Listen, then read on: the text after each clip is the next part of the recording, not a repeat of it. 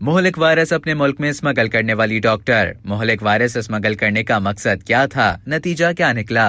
1985 में सर्द जंग के उरूज पर दुनिया भर में एक नए और पुरअसरार वायरस की वजह से इन्फेक्शन और अमवात में इजाफा हुआ। इस मर्ज के चंद बरस बाद ह्यूमन अमीनो डेफिशिएंसी वायरस यानी HIV को इसकी वजह करार दिया गया था। दुनिया भर में लोग इस नई बीमारी से खौफजदा थे और बहुत से ममालिक में से आगाही से मुतालिक मुहिमात शुरू की गई थी, लेकिन बुल्गारिया में ऐसी कोई आगाही मुहिम शुरू नहीं की गई थी, जो उस वक्त एक सख्तगीर कम्युनिस्ट हुकूमत के ज़ेर इंतजाम था।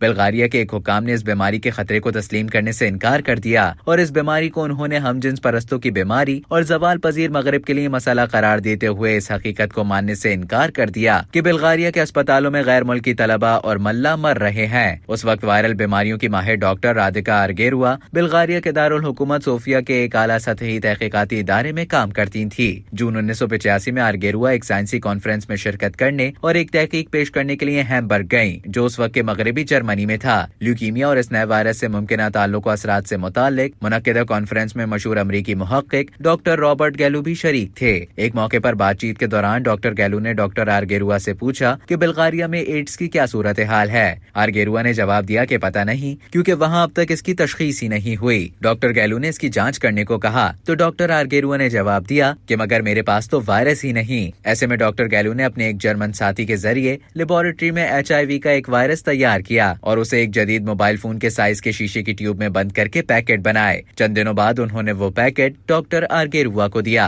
उन्होंने वो 2 छोटी शीशियां अपने बैग में रख दी और फिर वापस सोफिया आ गईं, जिसके बाद बुल्गारिया की अकेडमी ऑफ साइंस में लेबोरेटरी में वापस आई ताकि वायरस को 37 डिग्री दर्जा हरारत पर महफूज रखा जा सके। डॉक्टर आर्गेरुआ का कहना है कि ये सुर्ख रंग का था और आप वायरस या खलियात को नहीं देख सकते थे। ये रेड वाइन की तरह था और इसकी 2 शीशियां थीं, एक मुतासिरा खलियात के साथ और दूसरी गैर मुतासिरा खलियात के साथ। लेबोरेटरी में जब HIV के खलिये नशोनुमा पाने लगे तो उनके बारे में ये खबर फैल गई कि वो ये मोहलिक वायरस मुल्क में लेकर आई हैं। रियासती सिक्योरिटी सर्विसेज ने डॉक्टर आर्गेरुआ से पूछगछ शुरू कर दी, जो महीनों तक जारी रही कि बुल्गारिया में HIV का वायरस कैसे आया। लेकिन तमाम इब्तिदाई मुखालिफत के बावजूद आर्गेरुआ को कम्युनिस्ट हुकाम के दरमियान से इत्तेहादी मिल गए और फिर बिलाखिर उन्हें अपने साथियों को इकट्ठा करने और इसकी जांच और टेस्ट के निजाम को मुतारिफ कराने की इजाजत मिल गई। राधिका आर्गेरुआ को बुल्गारिया के अवाम को HIV और एड्स के बारे में आगाही देने और उसकी रोकथाम के लिए काम करने का किरदार सौंपा गया। सन 1986 में पूरे बुल्गारिया में 28 टेस्ट सेंटर कायम किए गए और 20 लाख बुल्गारियन अफराद के HIV टेस्ट किए गए।